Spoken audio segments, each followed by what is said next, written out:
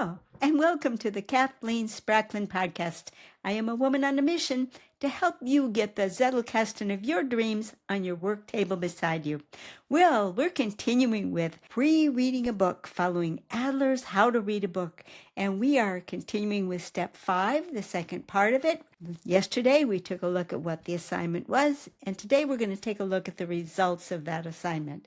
And it's all set up in the down-facing camera. But first, a quick review in case you're just new to this series. We are working with Adler's How to Read a Book, and in particular, his area on analytical reading, and we're in the part of pre-reading the book. The book that I've chosen to work on from my work is Hold On You Lost Me by Bernice McCarthy and Janine O'Neill Blackwell, and I invite you to pick a book of your choice that you want to read analytically and follow along with me. The best way to learn how to read a book following Adler's methods is to actually do it, and the best vehicle in which to do it is the Zettelkasten.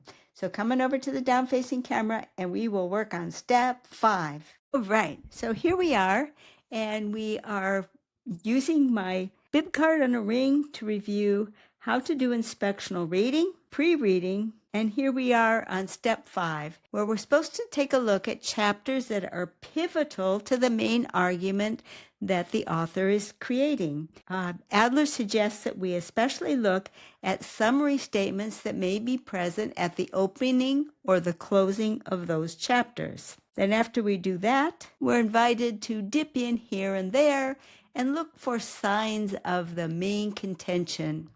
And then Adler wants us to especially focus on the grand summary at the end of the book. He tells us that this whole process should not take very long, from a few minutes to at most 1 hour. I found that it took less than an hour, even with writing down the information on my Zettelkasten cards as I worked, and that was kind of a surprise for me. And it was also a little bit of a revelation when I actually did these steps. Okay, so the first thing that I took a look at was I went back to the card where I had deduced the main point of the book by Bernice McCarthy. And it seemed to me at the time that I tracked that main point down could be summarized in this way.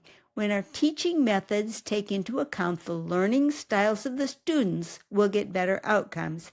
And 3 specific outcomes were named: greater student involvement, the training will be relevant, and students will be able to apply what they learn. So now I'm going to be looking for what chapters are especially relevant to this main point. In answering that question, I was very much aided by this card that I made earlier, where I provided taglines for each of the chapters. Just as I had hoped, the tagline itself brought back to mind what I had picked up on the chapter just from the act of dipping in to make the taglines. It was pretty easy to see that chapters 1, 2, and 3 were involved with the concept of establishing the methods that were involved, what background information you need to have to be able to understand what the book is going to teach you. Then chapter 4 seemed to be the heart of the system.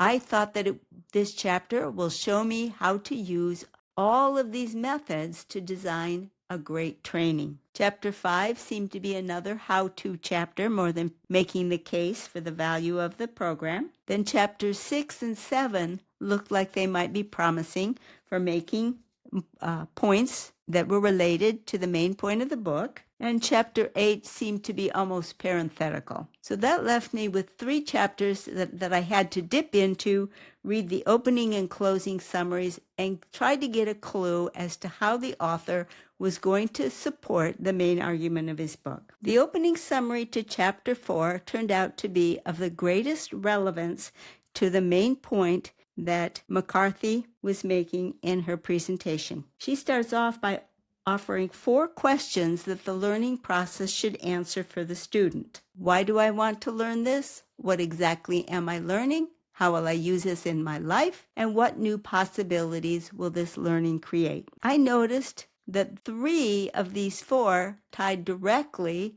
to the outcomes that the book promised, which was intrinsic to the main point it was making. And so I used blue ink to capture the question from chapter 4 and then chose an alternate color of ink to go back for the goal, which was the main point. And I've lined them up very, very perfectly in terms of being able to see that chapter 4 was indeed the place where the main point of the book would be argued. Now, dipping into it, it turned out to be all how-to, and in fact, the closing arguments of chapter 4 offers evaluation steps by which you can judge the training design that you made following those how-to steps. So there was no actual place in the book where the author argued the main point that she was making in the book. I went on to chapter 6. The opening summary indicated in outline form what the learner should expect as an outcome. And the closing summary was a list of activities that could be incorporated into a training to ensure that you achieved the desired transformation that was expected to be the outcome. Chapter 7, in their opening summary, it made the case for why you want to make assessment integral to the training work that you do. You don't want to make assessment a separate, isolated process. You want to incorporate it into the actual training. So I dipped in a bit to see how that might be possible and found some how-to suggestions for performing this assessment. And the closing summary was a tool to help review your assessment. I looked for a grand summary of the book, and there was none at all. The last chapter was about how you can improve your delivery, and it almost seemed like an appendix. And the next to the last chapter was this chapter 7. Well, it was rather interesting that this step 5 that we just went through did not have any great conclusion at the end of it. It was things that you needed to do, and it turned out that if we're going to be talking about this book as presenting a viewpoint and defending a viewpoint, then the book resides primarily in chapter 4, because it's in chapter 4 where the author makes the case that the items promised would be delivered, and an assessment is apparently the way in which you're going to evaluate the proof of the book. Now, this is a rather fascinating result, because eventually we say, Adler's basically saying, dive into this book and find out where within this book that the author makes the case for what they've promised. But what I actually see in the book is that the book author says, design your course. Here's what you're supposed to be getting out of it. First, do a pre-evaluation and make sure you've got all the bases touched. Go deliver it. Do your evaluation while you're actually teaching it. And then when you're done, assess.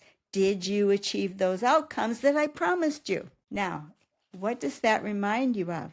To me, it harkens right back to these questions that Julianne Scherer asked that I enlisted in an earlier episode, namely that Julianne suggests that we ask, what physical activity does the author expect the reader without which they cannot get what the book truly puts forward? And now we know the outside activities, you're going to actually design your lesson plan. You're going to deliver your lesson plan.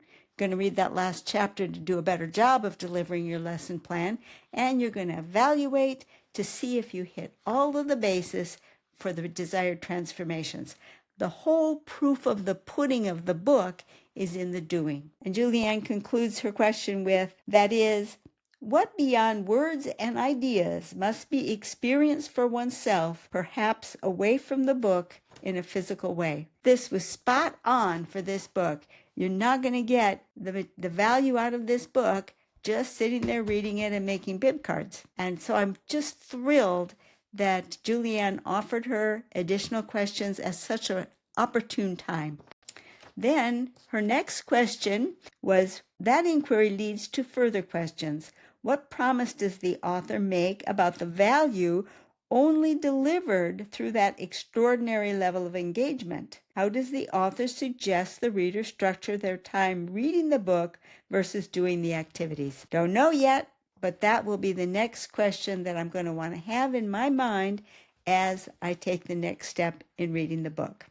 I will give you a spoiler It's not in the title, but I'm going to give you a spoiler in case you're reading along, because it is one of those longer steps, because the next step that we're going to cover coming up is the superficial reading of the book. Our next step, as Adler says, is to read the book straight through. Don't struggle to understand difficult parts. Don't make any notes. Just read the book straight through. Well, is that going to have a Zettelkasten component? We'll see. I'm not very good at just reading a book straight through without making any notes. So I cannot promise that I will do that step without holding on to one or more of my rapidly accumulating bib cards for this book.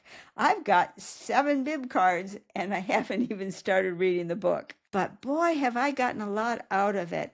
And I can really see that if this book were one of those titles where basically the title practically said it all, and then the interior of the book just elaborated on it and developed it a little bit, it might be very easy to say, okay, I'm done at this point. I've gotten everything out of that book. And what a time saver if you could spend an amount of time. It was exaggerated by being stretched out over all these episodes, but really at most an hour or so spent, and then get everything you ever wanted out of the book just in that length of time. That would be an incredible time saver. Well, that's not what this book is for me. All I've come up to the conclusion that we were asked to come to at the end of step 4. Do you want to read this book? Oh, yes. My viewpoint on that one hasn't changed. So between now and our next episode, I will read straight through the book and not make many notes. Many. And we'll get back together again when that task is done. So if you want to follow along, you can do the same. Talk to you later. Bye-bye.